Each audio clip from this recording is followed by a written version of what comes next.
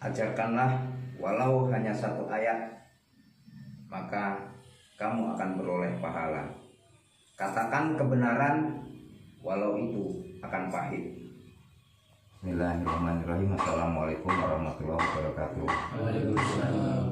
Alhamdulillahirabbil alamin. Selalu kita panjatkan puja puji syukur kehadirat Allah Subhanahu wa taala bahwasanya pagi hari ini kita masih diberi kesehatan, masih diberi nafas, masih diberi kesempatan untuk hidup, karena hidup kita nggak tahu kapan mananya. Dan semoga sisa-sisa waktu kita yang entah kapan ini bisa bermanfaat bagi orang lain, bisa berbagi ilmu kepada orang lain yang apa orang lain tidak tahu, kita beri ilmunya, semoga bermanfaat. Karena seperti tadi itu foto-foto yang sudah masuk itu banyak kawan-kawan kita yang dikerjai hanya dengan foto. Kemarin kawan kita yang dari Malaysia itu juga kena 7,5 juta hanya dengan foto. Makanya dulu banyak kawan-kawan kita kan yang mengirim foto. Setelah saya bilang lo tuh nggak layak, bukan bambu petuk, coba saya mau melihat bambu petuk apa ada enggak kan gitu. Tapi saya janji jangan diedarkan ya, karena banyak nanti bisa diduplikat oleh para pengrajin, bisa juga untuk ngamen foto ini. Ngamen karena bukan hanya dengan kita, dan ngamen dengan foto itu lebih banyak kan. Yang tadi foto ditunjukkan itu kawan saya dari Batam benar-benar kena 17 juta. Dia udah turun di Batam, ditunggu di Hotel Bogor, nggak datang orangnya, HP dimatikan. 3 hari dia nunggu di sana, ada kehilangan 17 juta, jauh dari Batam. Hanya untuk nyamperi bambu yang katanya masih dipotong itu untuk biaya ritual pemotongannya 17 juta.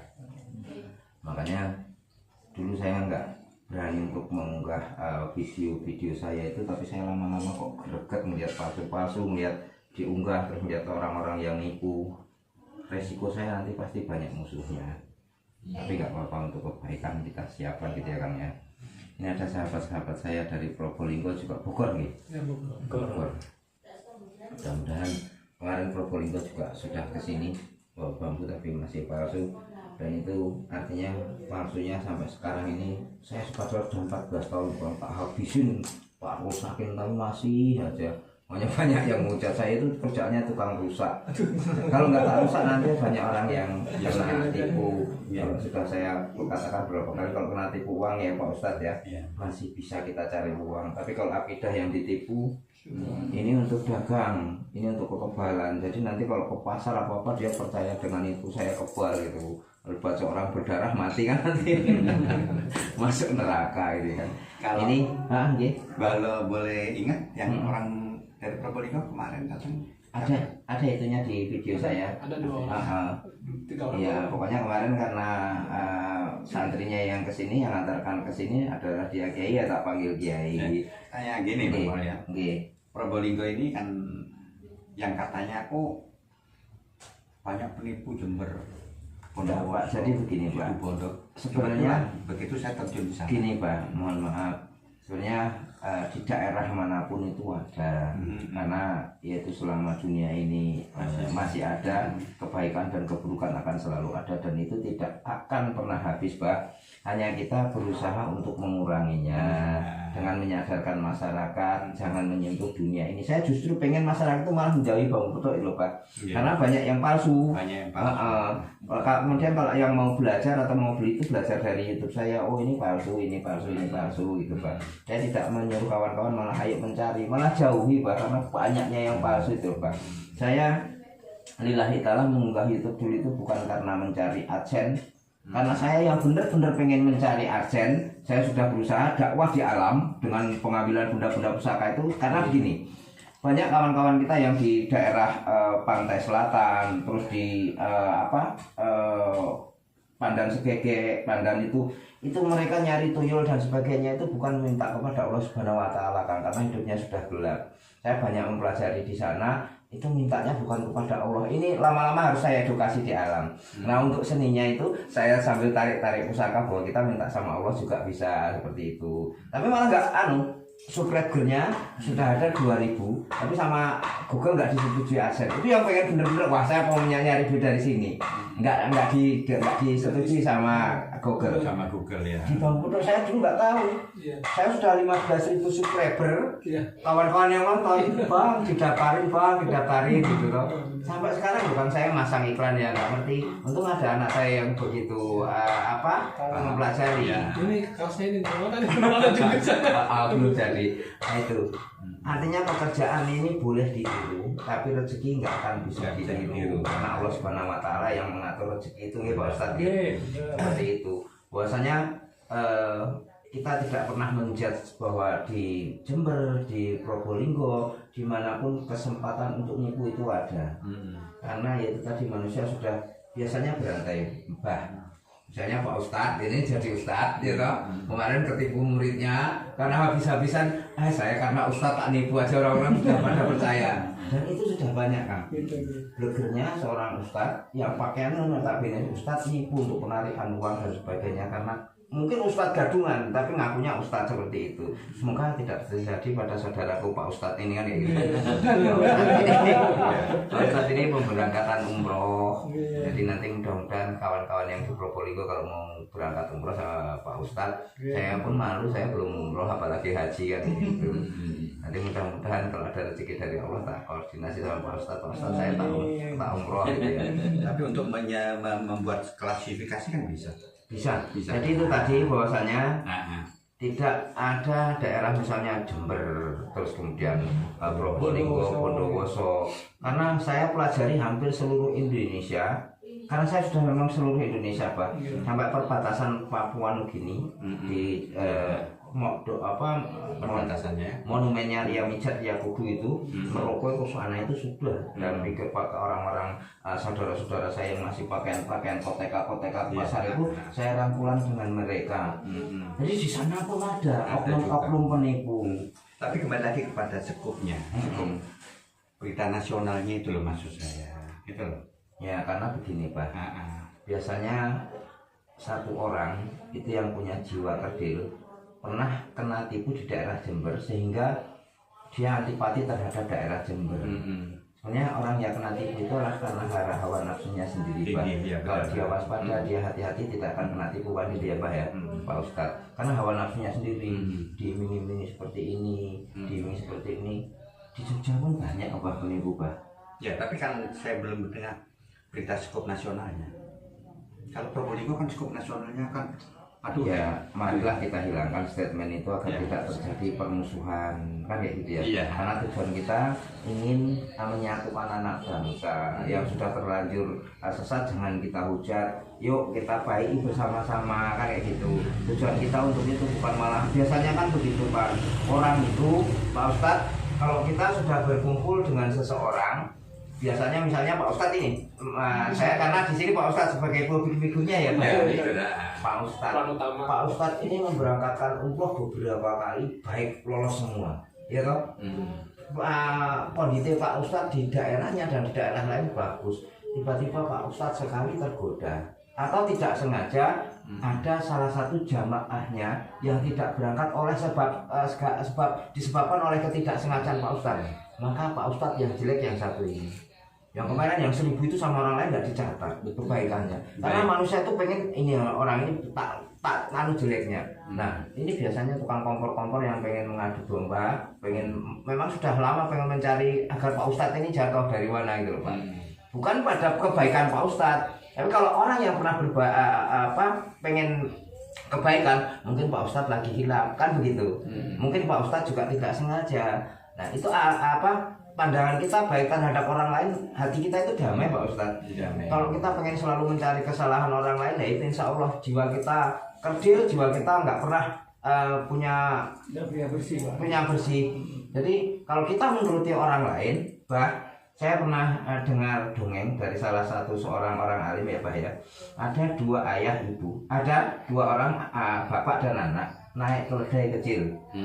Keledainya dinaiki bersama-sama, ada orang nonton itu orang gila. Keledainya kecil dinaiki oleh orang 2. Ayahnya turun. Ada di depan sana lagi itu orang gila. Anaknya di atas, ayahnya yang nuntun. Ganti tukar posisi, di sana ada orang lain lagi yang bilang itu orang gila. anaknya nuntun ayahnya yang di atas. Akhirnya mereka karena selalu memikirkan orang lain, ingin membuat orang lain senang, akhirnya keledainya aja yang dipanggil. Kan? Nah itu. Kalau kita turuti, apapun yang kita lakukan itu nggak ada benarnya di hadapan orang. Yang penting kita berupaya untuk benar di hadapan Allah gitu aja. Gitu. Iya. Seperti itu. Tapi dengan bahasa kasar kan tidak Tidak. serantang gitu kan. Tidak semua orang Jember berdene bagus.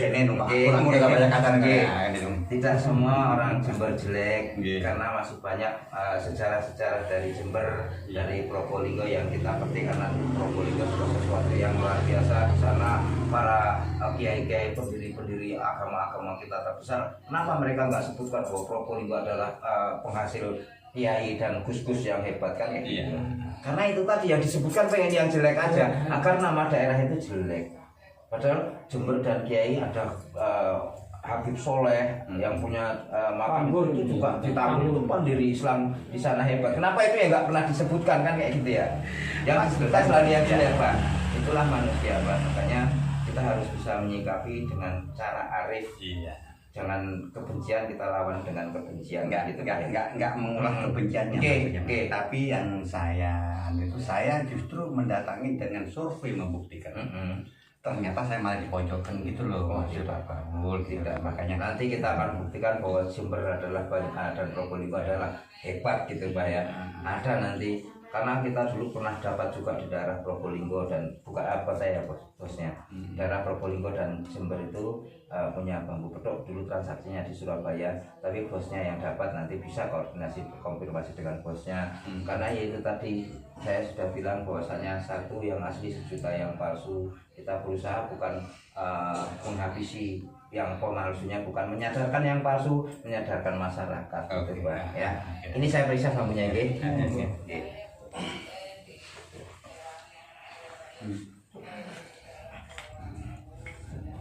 Ini yang paling bagus.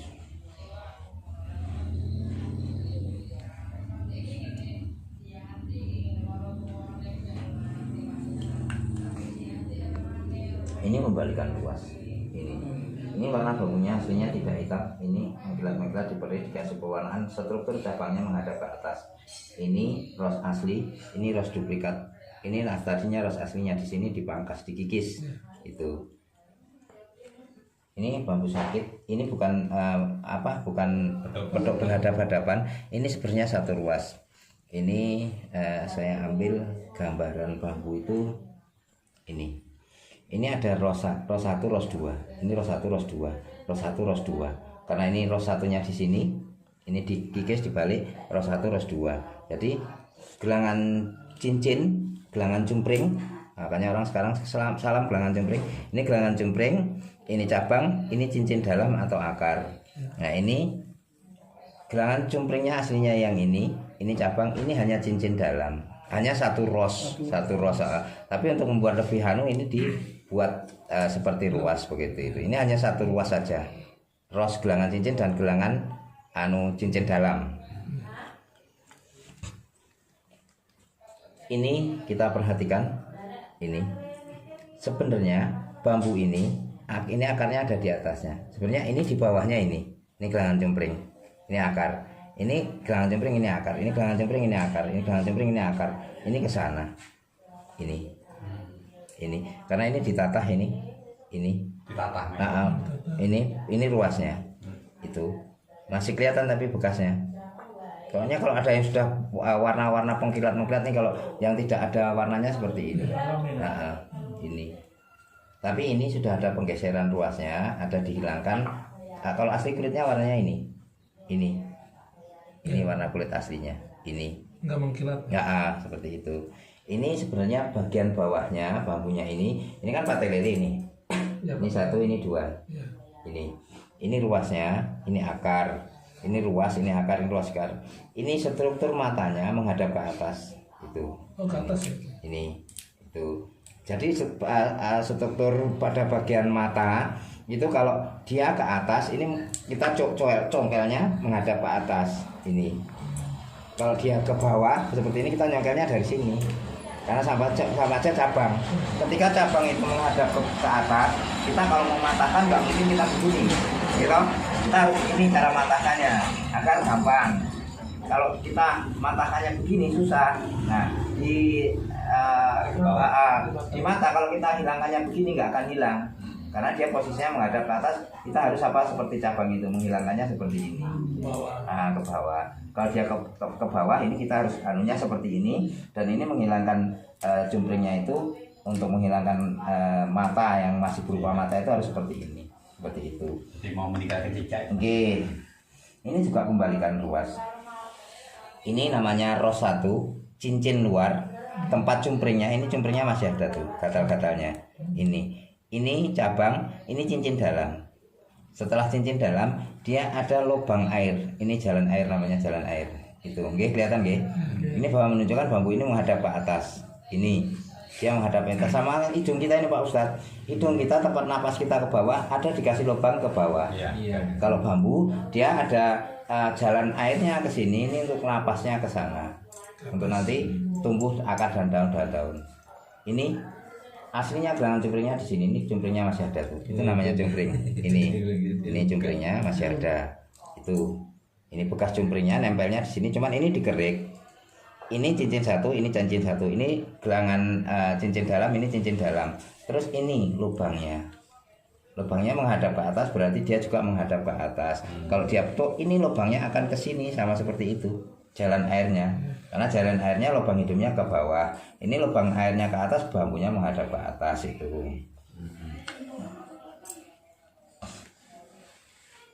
Ini kita perhatikan struktur pada bagian cabang ini. Cabang ini bukan cabang yang resmi dari alam ini.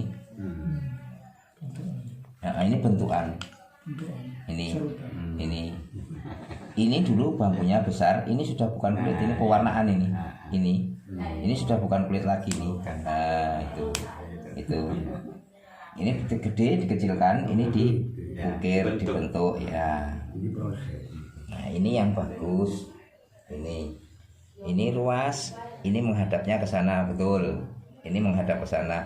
Ini cincin dalam. Namanya cincin dalam itu, ini pasti ada bambu itu. Ini. Terus ini ruas, ini nempel. Pokoknya patokan pada ilmu bambu itu ruasnya itu yang benar itu nempel dan nempel. Terus ini cincin dalam. Ini ada cincin dalamnya lagi. Ini kulit, ini masih kulit ini. Ini kalau kulit tidak akan hilang. Ini kuku saya. Ini kulit. Keras ya Pak? Keras ya karena kulit. Nah, ini akan kita pelajari, kita dalami apakah ini produksi manusia atau produksi alam. Kalau ini produksi manusia artinya tidak disambung, karena ini tidak ada ruasnya yang dirombak-rombak dan ruasnya benar simetris semua. Maka ini kalau dia rekayasa nanti hanya sambungan. Kalau tidak sambungan, maka kita sama Allah diberi hadiah hari ini persaudaraannya. Kan itu ya.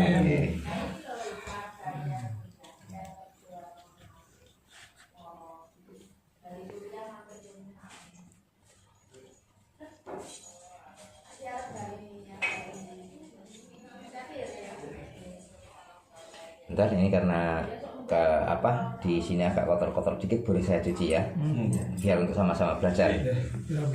Oke. Saya cucinya di luar nggak apa-apa, nggih? Kita masuk.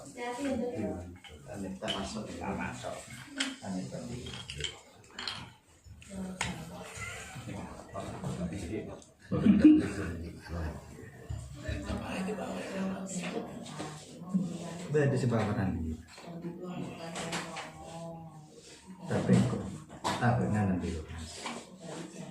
Saksian dulu. Ini semakalan dulu. Ini sempi ya. Kan gue udah mau nolong jadi kebetulan Monggo sampai yang lihat sini di Semua lihat. ya sini.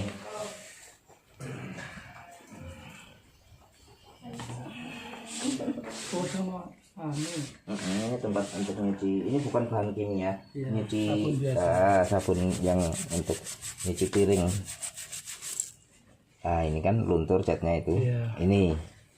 Ini coba, ini kulit bambu kita beginikan sama. Ini tidak luntur karena ini tidak kena cat. Itu ini luntur itu.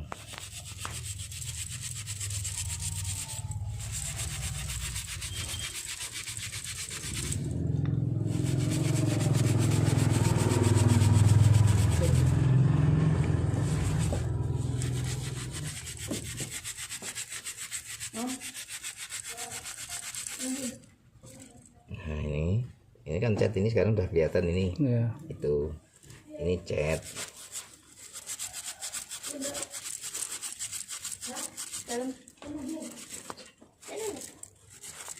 Nah, kalau sudah ada cat begini, analisa saya baru analisa ini disambung.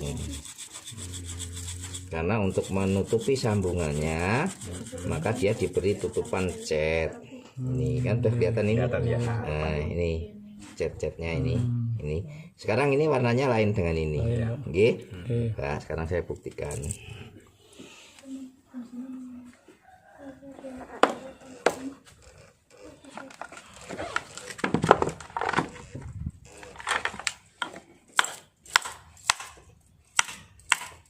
Aduh, mental. Nah ini sambungannya. Ya. Itu sambungannya kelihatan. Ya. Muncrat.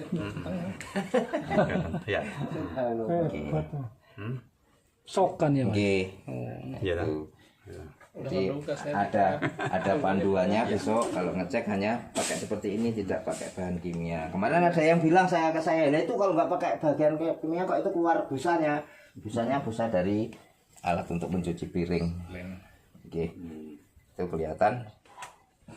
Baik, pemirsa, sahabat-sahabat kita, saudara-saudara kita yang dari Jawa Timur, belum ada rezeki, tetaplah untuk berbuat kebaikan, tetaplah saling mengingatkan untuk kebaikan. Terima kasih banyak. Bila taufik wal hidayah. Wassalamualaikum warahmatullahi wabarakatuh. Waalaikumsalam warahmatullahi wabarakatuh.